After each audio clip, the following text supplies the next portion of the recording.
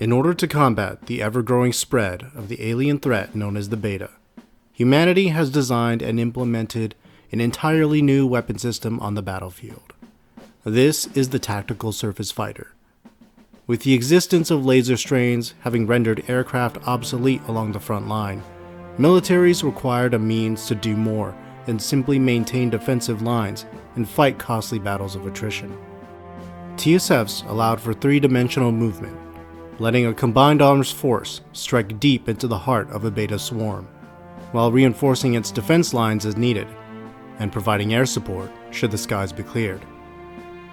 Ever since their inception, each nation has sought to continually evolve the TSF to fit their needs on the battlefield. They have long and storied histories, with each generation of TSF built upon unique design philosophies. From the oldest first-generation craft to the newest third-generation ones, these marvels of engineering represent humanity's best efforts to combat the extraterrestrial threat.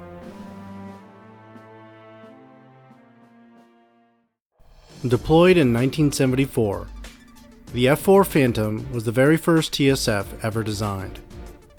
Based on early space construction prototypes known as manned maneuvering units, which saw service on the Moon, development of the TSF was rushed with the arrival of the Beta on Earth. Manufactured by the defense company McDale, the F-4's design philosophy focused on a defensive, heavily armored fighting machine.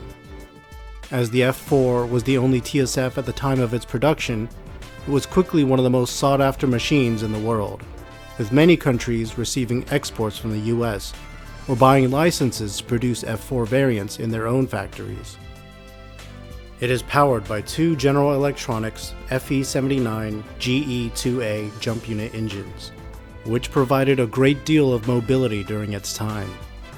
But future generations of TSF would easily outclass the F-4's speed and agility due to increased engine output coupled with aerodynamic design techniques which first-generation TSFs generally lacked. The initial US model of the F-4 was only capable of utilizing the WS-16 assault cannon and the CIWS-1A close combat knife, the latter of which remained stored and deployed via its arm-mounted blade sheaths.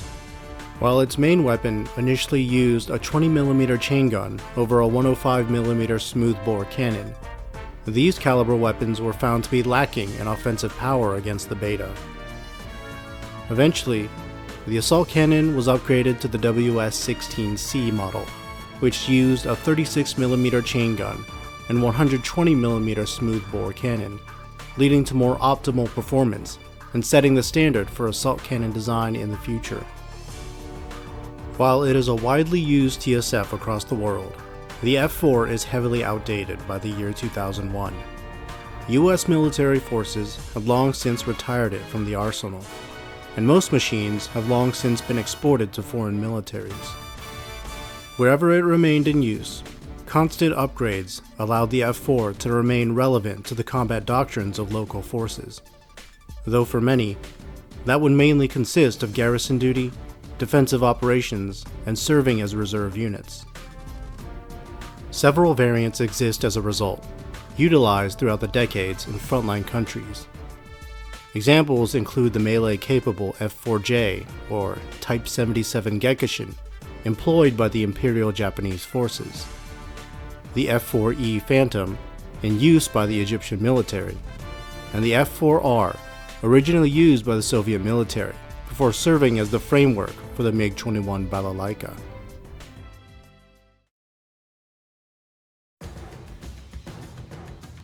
The F-5 Freedom Fighter was America's next model of TSF, developed by the North Rock Corporation. Originally, it had been a training model known as the T-38, before refurbishments upgraded it to a lightweight fighter. Powered by the General Electronics FE-85 GE-15 jump unit engines, the F-5 was built cheaper and lighter than the F-4. This allowed the Freedom Fighter to fill existing gaps in production caused by the ever-increasing demands in manufacturing of the F-4 Phantom. Serving as a quick solution for the lack of projected Phantom exports, the Freedom Fighter itself had less armor and less advanced systems, in order to allow for a faster rollout. Yet having initially been a trainer craft, rookie surface pilots and transitioning Air Force pilots found the F-5 to be an incredibly easy machine to operate. In combat, it was generally only capable of wielding the WS-16 assault gun due to its simple design. Furthermore, because of its lighter armor, the F-5's combat doctrine relied more heavily on mobility rather than head-on engagements. This unintended shift in design philosophy would go on to pave the way for practices implemented in second-generation TSFs, which began placing an emphasis on maneuverability over armor. During its introduction to the international community, the F-5 successfully made up the difference in numbers for TSFs along the front line. In particular, it found immense popularity among European nations, who would purchase the licenses to produce their own variants. These would include the F-5G Tornado, used by European nations such as the West German Bundeswehr, the modernized F-5E Tornado Area Defense Variant, or ADV, and the Das Alt F-5F Mirage III, produced for the French Armed Forces. The best known unit to use the F-5 would be the Bundeswehr's 51st Tactical Armor Battalion, Hukobine, whose surface pilots used the F-5G Tornado. They would participate in Operation Neptune and various engagements during and after the collapse of East Germany, where they worked closely alongside the infamous East German 666 Squadron.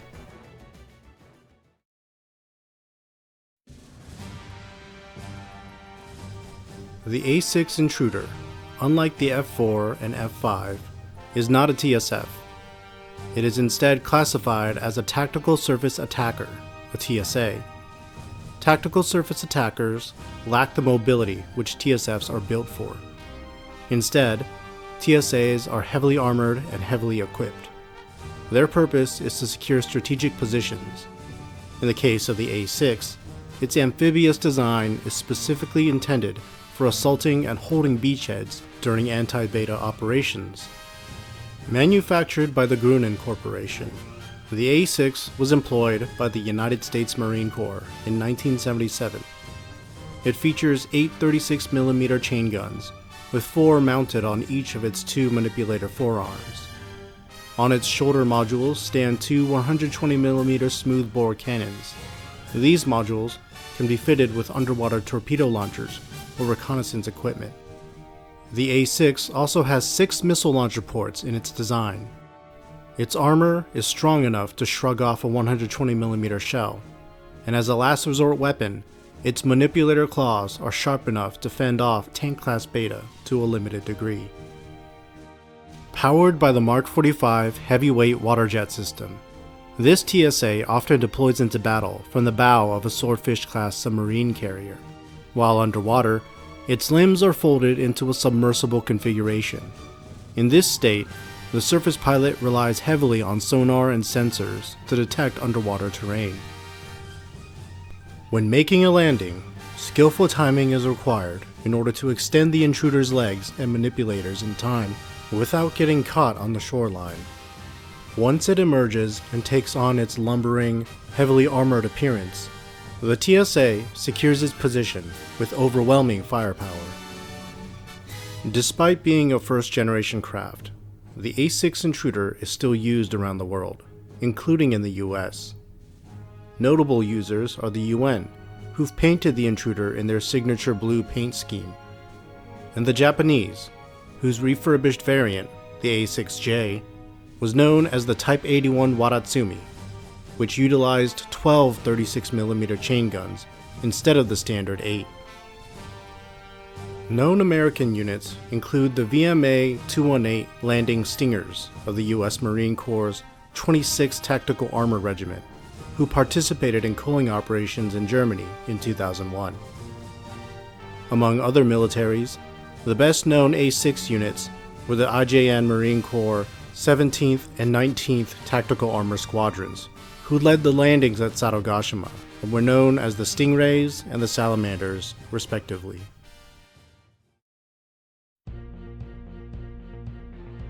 Developed by Firechild Republic, The A-10 Thunderbolt II is a tactical surface attacker introduced in 1978 and utilized by the US Army. It is better known by its affectionate nickname, the Warthog. Seeking to match the firepower of the USMC's A-6 Intruder, the Army initiated development programs to produce a TSA suitable for inland warfare. The combat doctrine of the A-10 relies on a concept known as firepower overload, and while it lacks the mobility of TSFs, it more than compensates with innovative weapon systems and heavy armor. Unlike the Intruder, the Warthog is capable of sustained flight and relies on two General Electronics FE-79 GE-9A jump unit engines. These are improved versions of the jump units built for the F-4 Phantom, which itself is the TSF used as a base for the A-10's design. The most basic armament of the A-10 is the WS-16 assault cannon. For self-defense purposes, its entire body is covered in a system known as the Mark I Javelin Close-In Defense System, which fires explosive pellets and spikes from the armor plating in order to neutralize tank class, which have managed to close in against it. More prominent among its weaponry, however, is the pair of shoulder-mounted GAU-8 Avenger cannons, each of which is a 7-barreled rotary cannon capable of unleashing barrages of 36mm rounds at a high rate of fire. These weapons are placed on highly flexible joints beside the arm fixtures, allowing the pilot to rotate the Avenger cannons to face the rear of the TSA, in lieu of rear-mounted weapon pylons. Used alongside regular assault cannons, the GAU-8's sheer firepower allows the A-10 to suppress advancing beta herds with a near-endless stream of depleted uranium, leading military personnel to praise it for being a tank killer. By 2000, the A-10 was still in use via its C variant.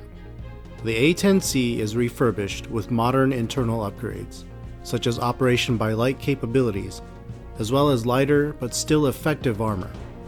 Its uptime and mobility have also been increased, and it is used by European Union forces as well.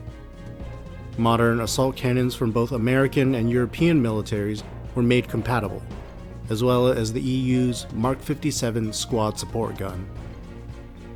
Known units include the US 54th Tactical Attack Squadron, Pitmasters, who were responsible for defending the evacuation port at Hamburg during the retreat from Germany. Another unit was the Bundeswehr's 109th Independent TSA Squadron, Kanonendoktor, or Cannon Doctor, which participated in culling operations in Saxony alongside the vaunted Cerberus Battalion.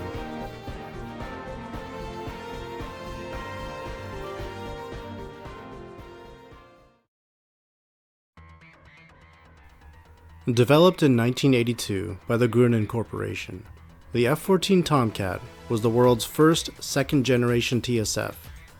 Its purpose was to fulfill the US Navy's need for a craft capable of offshore deployment from naval carriers.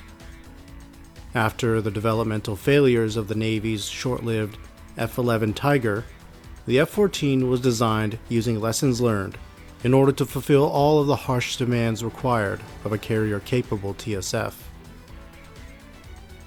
The Tomcat was designed as a two-seater, with a pilot sitting at the front of the control unit, while a navigator occupied the seat behind.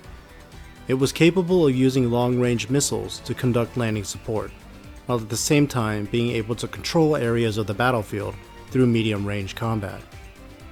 Another unique feature was the variable wing mechanism mounted on its General Electronics FE-110 GE-400 jump units. This wing system allowed for increased aerodynamic control and maneuverability for such a large TSF.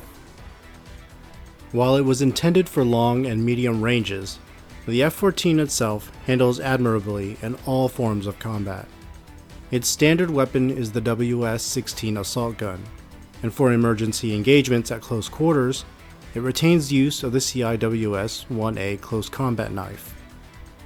The most defining weapon of the Tomcat, however, is the AIM-54 Phoenix missile system. Mounted at hardpoints on either shoulder block, two pods of 3 containers each allow the F-14 to carry up to 6 missiles during a sortie. The Phoenix missile is a long-range guided missile system that uses automated GPS guidance and terrain contour matching to allow for suppressive attacks launched from outside of laser class range. With such systems implemented, the missile uses cover and remains low in altitude until striking at its target, at which point it rises into the air and dispenses numerous explosive bomblets over the enemy. F-14 combat doctrine calls for entire squadrons to focus their fire on prominent packs of beta, allowing them to inflict significant damage against herds ranging up to brigade-sized, even with the presence of laser class on the field. Such capabilities would lead US Navy officials to claim that the F-14's introduction to the world had rendered all TSFs obsolete overnight. The Tomcat's high degree of performance, however, came also with the reputation for high cost and maintenance. Not only were the TSF and its innovative systems increasingly demanding for crews to work on, but the production of the advanced Phoenix missiles required a large operating cost in their own right. By 2001, the Tomcat had been phased out early in favor of the newer F-18E and F-18F Super Hornet. Variants of the F-14 were still piloted outside of the US, however, as retired machines had been downgraded and sold to countries in Africa. The Iranian army had also introduced the F-14 into their forces, by which they would work alongside Northrop Grumman in the 2000s to develop the modernized F-14EX Super Tomcat. This prototype 2.5th generation TSF would receive increased close-quarters dogfighting capabilities. Of the known units who piloted the F-14, the most prominent squadron was the US Navy's VF-103 Jolly Rogers. The Jolly Rogers played a significant role during 1983's Operation Neptune, where their constant sorties from the USS Nimitz allowed for the advancement of Allied efforts on multiple occasions. The Jolly Rogers would also participate in the defense of Kyoto in 1998, being stationed aboard the USS Theodore Roosevelt, where they conducted sorties until the very end and were only forced to retreat after having expended the last of their ammunition reserves.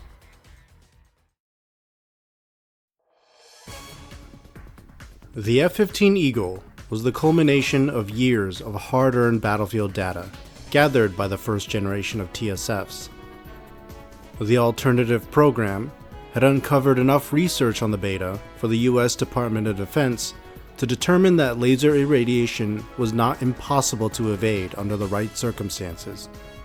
Thus, unlike the F-4 Phantom, which was built under the assumption that heavy armor would increase the survivability of the TSF, the F-15 was the first machine manufactured expressly to eschew the old design philosophy in favor of mobility. The result was a second-generation craft which boasted higher engine output, advanced avionics, and a lightweight frame. While the Eagle would be produced in record numbers, second only to that of the F-4, its initial setbacks came from a lack of propellant capacity to maintain its uptime during operations. Yet these were not seen as flaws, rather as the result of engine and fuel battery technology not yet developing at the pace by which the F-15A was developed. Once newer innovations and breakthroughs led to advances in engine design, refurbishments solidified the prominence of the machine, leading to the F-15C. Powered by two Pratt & Whitney FE100 PW200 jump unit engines, the F-15 was now utilized to its full capacity in the hands of the US Army. Nations around the world as well procured the F-15 for their own militaries. Its speed, reliability, and advanced radar capabilities established a precedent for TSF design moving forward. In combat, the F-15C uses the newest model of US design assault cannon, the AMWS-21 combat system. This assault gun fires the standardized 36mm and 120mm rounds with the same capacity as its counterparts worldwide. However, the AMWS-21 makes use of laser targeting devices to improve accuracy, and redundant systems in the magazine to prevent jamming. Within the F-15's rather prominent knee compartments is the ability to store either additional magazines for the assault cannons or a CIWS-1A close combat knife for emergency melee combat. The knee armor block uses a sub-arm manipulator to extend the magazine or dagger into the appropriate location when activated, either up into a magazine well automatically or into the TSF's manipulator hand. Several variants of the F-15C exist all throughout the world. Outside of the US, its primary user is the United Nations, who also make extensive use of the aging F-4 Phantom alongside them. These variants are painted in a deep blue paint scheme, indicative of UN craft, and in many ways they are difficult to discern from their more advanced Strike Eagle counterparts, also in UN service. The Japanese military also uses a variant of the F-15C, acquiring and refurbishing it to meet their specific battlefield demands. This resulted in the Type 89 Kagero, otherwise known as the F-15J. Like the F-4J, the Kagero has had its carbonic actuators reinforced so as to allow the TSF's arms to wield the Type 74 long blade without damage to the machine. A notable unit to utilize the F-15C would be the UN 6 Orbital Drop Corps, whose ranks were composed of both Eagles and Strike Eagles. They would conduct an infamous orbital dive onto Satogashima in 2001, infiltrating the hive, where they were eventually wiped out entirely by the beta within.